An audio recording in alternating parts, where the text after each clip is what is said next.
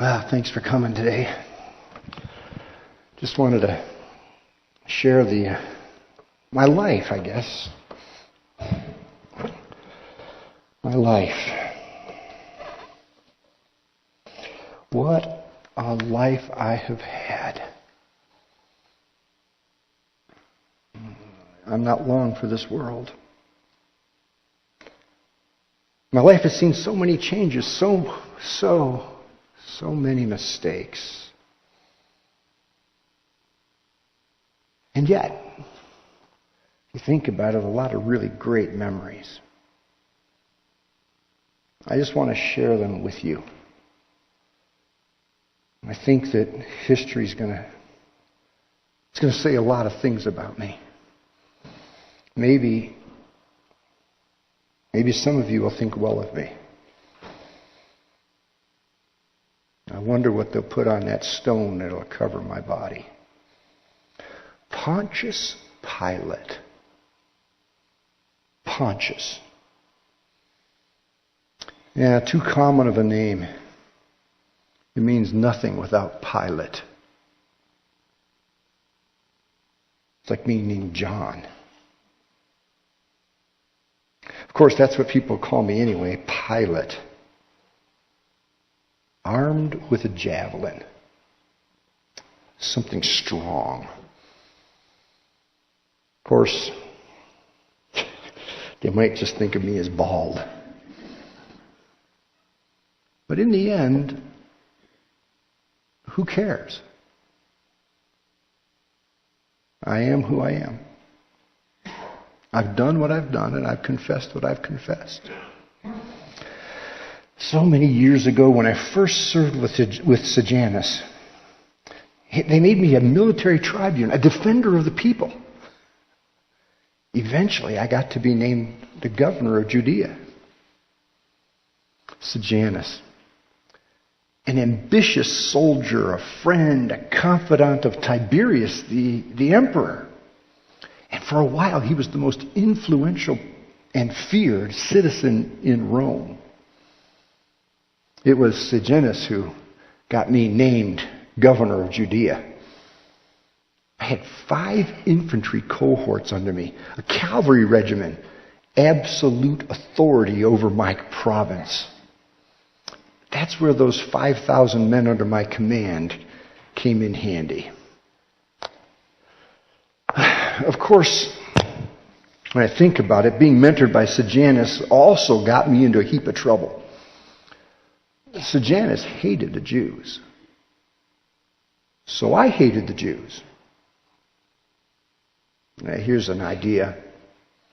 Just because somebody you know and maybe even respect hates something doesn't mean you have to hate it. So Sejanus hates the Jews and I hate the Jews, and he names me governor of the Jews. I suppose they're going to remember me for 3 incidents. Think about that. A whole man's life boiled down to 3 unfortunate incidents. 3 unfortunate mistakes. When I was first appointed governor, I thought it'd be a good thing to show some strength, especially to the Jews. It's a great idea, I thought. I was just going to send some of my soldiers into Jerusalem bearing the banners with pictures of Caesar, Tiberius. I know that previous Roman practice was to respect Jewish law, but that was the point. The Jews were supposed to respect Roman law. Turns out they didn't. All the people got upset, not just a little bit. It's over a flag. It was weird. It nearly started a riot. So I brought in more soldiers to stop it. And then the people were ready to die over a stupid flag. They forced my hand. I had to relent. First big mistake.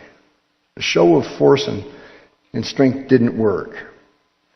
So now I'm on the outs with the Jews, so I had this idea which I thought would win the people over. Jerusalem is always in need of water. So I thought we could build an aqueduct system for the city. Only thing is I didn't have enough money.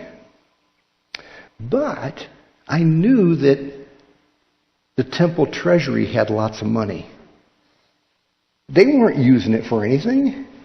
They needed water. I just took the money. Whew, boy, these people. Another riot. More soldiers. Okay, I told them to use batons. They would just sort of rough them up a little bit, but they used swords. And people died. And there was blood on the temple floor, Jewish blood. They should learn not to riot. You don't mess with Rome. Unfortunately, my friend Sejanus was a little ambitious. Tiberius had basically taken his vacation to that island, and yeah, he was emperor, but kind of emperor in name only. And Sejanus was attempting to supplant Tiberius.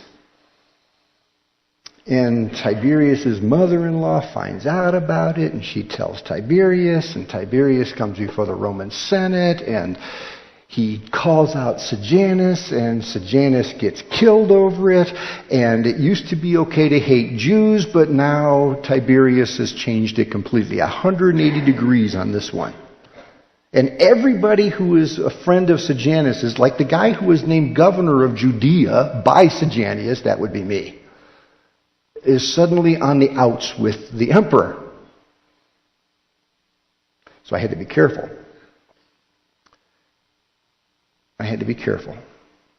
Which led to the worst and the best event of my life. I met him early one morning. It was Passover. It was like 6 o'clock in the morning. The Jewish leaders, wanted me to put Jesus to death. They had no real charges to bring against him.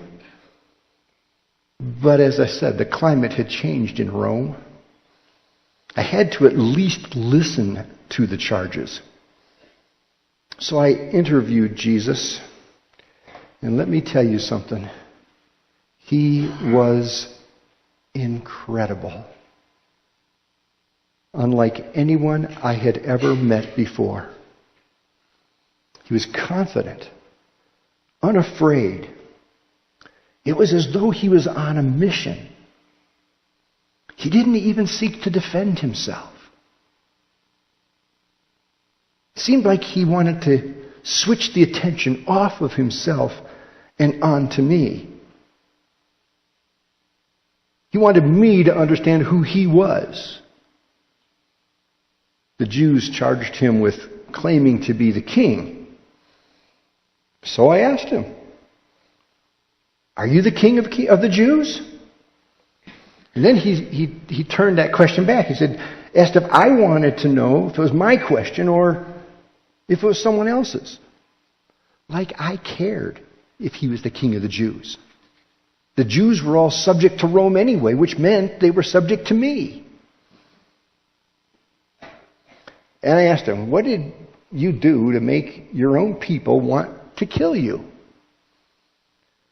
Then he goes off about his kingdom. Really. And I'm supposed to understand this. Some Jewish theological thing, not a kingdom of this earth, a kingdom with no armies. So there's no army to fight for him. Boy, was I glad to hear that. I didn't want to have a war on my hands. I was getting somewhere. He was admitting that he was a king. So I said, "So you are a king?" And then he said words which I will never forget. You say correctly that I am a king. For this I have been born. And for this I have come into the world, to testify to the truth. Everyone who is of the truth hears my voice. Truth. He spoke of truth. A truth that I wanted to know. But time didn't allow it. I wish I had taken the time to let him know about the truth, but the Jews, they wanted action and they wanted it quick because of their religious holidays. I was in awe of Jesus, so calm as he faced certain death. He wasn't guilty. I knew he wasn't guilty. 3 different times I told the Jews that I found no guilt in Jesus. And I tried to release him. They said that if I released him, they would complain to Tiberius. A complaint to Tiberius. Really, it's kind of like their trump card. It could cause me to lose my status as the king's friend. I would no longer be governor, and the likelihood is they would tie me to Sejanus and I would lose my life. I wonder what others would do in that situation. Do you save your life, your occupation? Is it better for one person to die that's not you than for you to die? I did what most of us would have done. I protected myself. But I had what I thought was a perfect out. I told them I would release a common thug and crucify Jesus. But it wouldn't be my fault. Before that, I even tried to get them to set Jesus free. I said, who do you want me to set free? It's kind of a tradition thing. Clemency. I'll set one of them free. And they chose some Barabbas guy. So I said, fine. Have it your way. But his blood will be on your hands, not mine. I told him I washed my hands of this. And I've been washing my hands ever since. Because just saying that his blood was on their hands didn't take it off of my hands. My wife, she told me to have nothing to do with Jesus. I should have listened to my wife. You should too. Don't listen to my wife. Listen to your wife. But my wife is pretty wise. So listen to your wife. I wish I had listened to her. Turns out, I had someone crucified who shouldn't have died and wouldn't stay dead. I know now that Jesus said he would die and that he would rise again. It took me a long time to believe it, though. The Jews apparently knew about this prediction, and they asked me to put guards around his tomb. Their idea was that the disciples were going to come and steal the body. It's kind of trick the world to say that Jesus is alive. But you know what? No disciples came. But something did happen at that tomb. Because on that Sunday morning, the body was missing.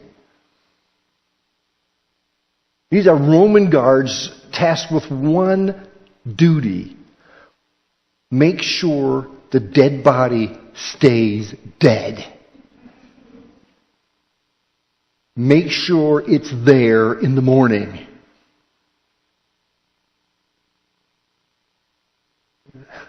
But it wasn't, and they had to lie about it. They started off to say the disciples came to steal the body, like real trustworthy guards, right? These disciples have met them, they're fishermen. These guys aren't exactly tough guys. The guards, they got swords and helmets and all kinds of stuff, and apparently the guards were paid to say that happened. And I just chose to believe it. You've done it sometimes too, I think. You choose to believe the lie because believing a lie is easier than accepting the truth.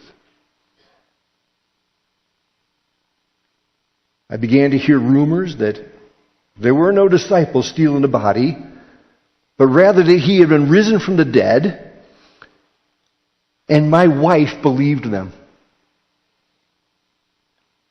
She becomes a Christ follower.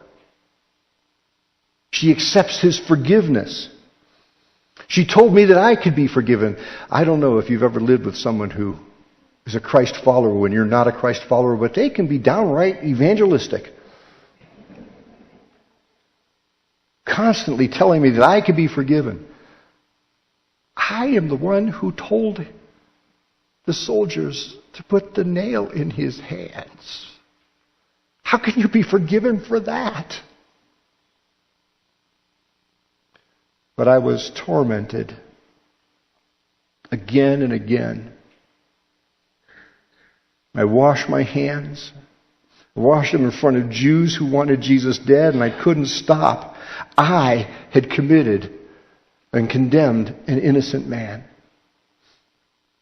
For a while I shaved my head in an attempt to try to be cleaner. My guilt was eating me alive. I kept hearing Jesus say this: "For this I have been born. I testify of the truth. My kingdom is not of this world." So I visited the grave. It was empty. I talked to the disciples. They had talked to Jesus after I crucified him. And eventually, I came to believe he's alive. He's alive. The man that I condemned to death is alive. I know the truth. Jesus is alive. And by his incredible grace, he looks at me, the man that sent him to his death, and he offers me forgiveness. I asked if he was a king. Well, yes, he is a king. He said this kingdom is not of this world. It isn't, but it is. It turns out that this Jesus has a kingdom which affects me and anyone who becomes a Christ follower. My wife kept calling him a righteous man. I washed my hands of his blood, but it didn't help. And what I found out, it is his blood which set me free. I no longer wash my hands because he has forgiven me.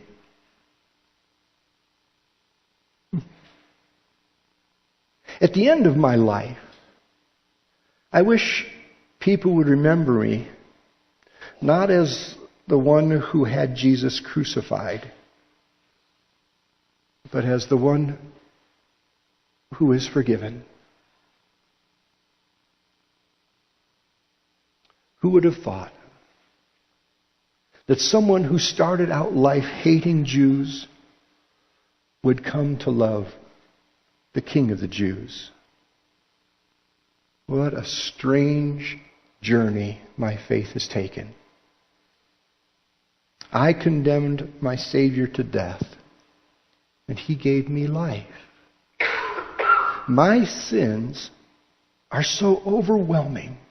In comparison, if you would to put on a scale my sins with any other sin, I condemned Him to death, and He gave me life. He rose from the dead. He's alive. I hope that on my gravestone, perhaps someone will put, "No one is excluded from the grace of God." Praise the Lord. My sins, they are many. His mercy is more. Thanks for listening.